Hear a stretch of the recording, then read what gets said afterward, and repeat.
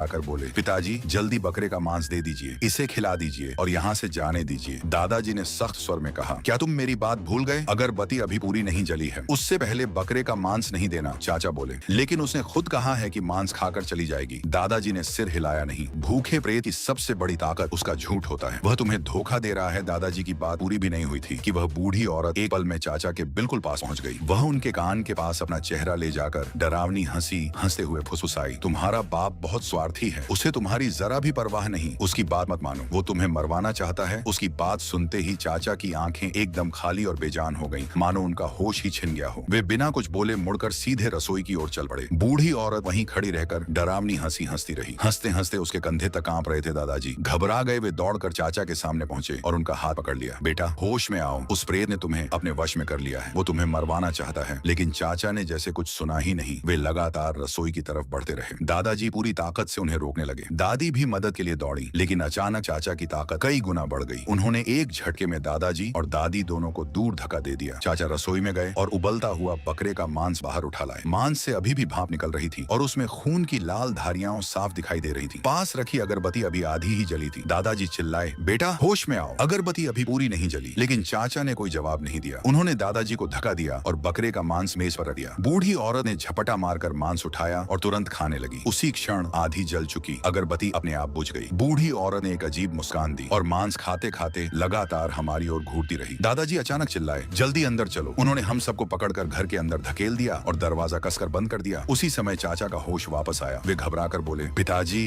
क्या हुआ? क्या बात है दादाजी? गुस्से और बेबसी से बोले, सब कुछ तेरी वजह से हुआ है। तूने पूरे गांव को मौत के मुंह में धकेल दिया। चाचा हैरानी से बोले, मैंने क्या किया? मुझे तो कुछ भी याद नहीं। उन्हें अभी अभी हुई किसी भी बात की जरा सी भी याद नहीं थी। दादाजी ने उनकी ओर देखा। उनकी आंखों में सिर्फ लाचारी थी। दादी ने घबराकर पूछा, अब क्या करेंगे? दादाजी कुछ देर सोचकर बोले, वो प्रेत कई दशकों से अपने बेटे को ढूंढ रहा है। अगर हम उसे उसका बेटा ढूंढने में मदद कर दें तभी यह मुसीबत खत्म होगी। मैंने पूछा, दादाजी बाहर तो घना अंधेरा है, हम उसके बेटे को कहाँ ढूंढेंगे? दादाजी बोले, आज रात वह प्रेत 3 बार दरवाजा खटखटाएगा। पहली बार वह छोटे बच्चे श्याओ चिऊ को बुलाएगा और उससे अपने बेटे के कपड़े ढूंढने को कहेगा। दादी तुरंत बोली, नहीं, बच्चा तो सिर्फ 6 साल का है, उसे बाहर नहीं जाने दूंगी। उसकी जगह मैं चली जाती हूँ। दादाजी ने सख्ती से कहा, नहीं जाना, उसी बच्चे को होगा। दादी ने पूछा, ऐसा क्यों? दादाजी बोले, अगर हम सबकी जान बचानी है तो मेरी बात माननी होगी। बच्चे को कोई नुकसान नहीं होगा। इतना कहकर दादाजी मेरे पास आए और बोले, बेटा डरना मत, बस मेरी हर बात याद रखना। अगर ऐसा किया तो वह प्रेत तुम्हारा कुछ नहीं बिगाड़ पाएगा। मैं डरते हुए बोला, दादाजी मुझे बहुत डर लग रहा है, मैं नहीं जाना चाहता। दादाजी ने मेरे सिर पर हाथ फेरते हुए कहा, डर मत, जब वह प्रेत तुम्हें ले जाए तो उसके साथ पीछे वाले पहाड़ पर बने पुराने श्मशान तक जाना। वहाँ एक रोता हुआ कुआं है। उस कुएं के अंदर लाल रंग का एक कपड़ा रखा है। आधे पहर लगभग 1 घंटे के भीतर तुम्हें वह कपड़ा लेकर वापस आना होगा। फिर उन्होंने गंभीर आवाज में चेतावनी दी, ध्यान रखना, रास्ते में चाहे कुछ भी सुनो या देखो, उस प्रेत से एक शब्द भी मत बोलना। क्या तुम्हें मेरी बात याद रहेगी? दादी चिंतित होकर बोली, वह श्मशान तो पहले ही बहुत अशुभ जगह है और उस रोते हुए कुएं में तो और भी ज्यादा अपशकुन और भयानक शक्तियां रहती हैं। छोटा शियाओ चिऊ तो सिर्फ 6 साल का है। मुझे डर है कि कहीं वह डर के मारे टूट न जाए। दादाजी ने भारी सांस लेते हुए कहा, कोई दूसरा रास्ता नहीं है, जाना उसी बच्चे को होगा। दादी ने फिर पूछा, क्या कोई और उपाय नहीं है? अगर हम दरवाजा ही न खोलें और उसे बंद कर दें तो? दादाजी ने सिर हिलाया, नहीं, अगर दरवाजा नहीं खोला तो वह प्रेत जबरदस्ती अंदर घुस आएगा, तब हम सब मारे जाएंगे। दादाजी की बात पूरी भी नहीं हुई थी कि दरवाजे पर जोर जोर से ठक ठक ठक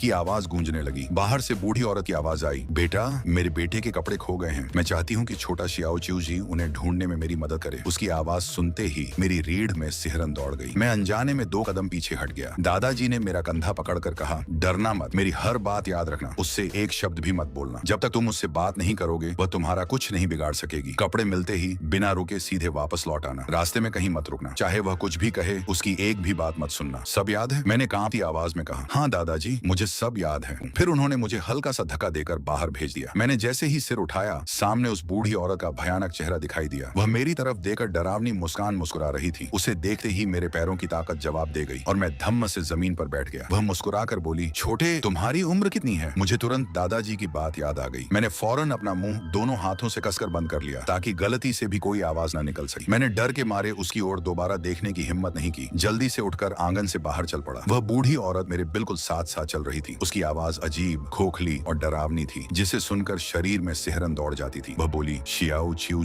तुम्हें पीछे वाले पहाड़ का रास्ता पता है? मैंने सिर झुकाए रखा और अपने पैरों के सामने की जमीन को देखता रहा। अचानक उसने अपना बर्फ जैसा ठंडा हाथ मेरे कंधे पर रख दिया। मैं डर के मारे बुरी पूरी तरह कांप उठा। ऐसा लगा जैसे मेरा दिल गले से बाहर निकल जाएगा। पूरा शरीर कांप रहा था और ठंडे पसीने से भीग चुका था। वह फिर बोली, अभी पीछे वाला पहाड़ कितनी दूर है? बस एक बार मुझसे बात कर लो। अगर तुम मुझे जवाब दे दोगे तो मैं तुम्हें यहीं से वापस भेज दूंगी, फिर मैं अकेली ही पहाड़ पर चली जाऊंगी। इतना कहते हुए उसने अपना चेहरा मेरे बिल्कुल पास झुका ली। उस परछाई में उसका सिर अजीब तरह से टेढ़ा था और उसकी गर्दन अस्वाभाविक रूप से लंबी होकर मेरी तरफ झुकी हुई थी। वह दृश्य देखकर मेरे पूरे शरीर में डर की लहर दौड़ गई। मैंने तुरंत अपनी आंखें कसकर बंद कर ली। आंखें बंद किए हुए ही मैं बहुत सावधानी से आगे बढ़ता रहा। मुझे साफ महसूस हो रहा था कि वह बूढ़ी औरत अब भी मेरे बिल्कुल सामने खड़ी है और बस इसी इंतजार में है कि मैं एक बार अपनी आंखें खोल दूं। कमेंट